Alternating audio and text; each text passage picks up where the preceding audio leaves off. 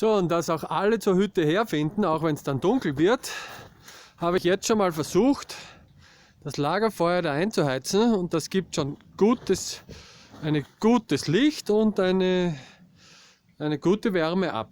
Wenn ihr dann kommt, findet ihr hier vorne das Almspaß Lagerfeuer. Schauen wir mal, wie das weiter brennt. Schaut im Moment sehr gut schon aus. Liebe Grüße von der Alm.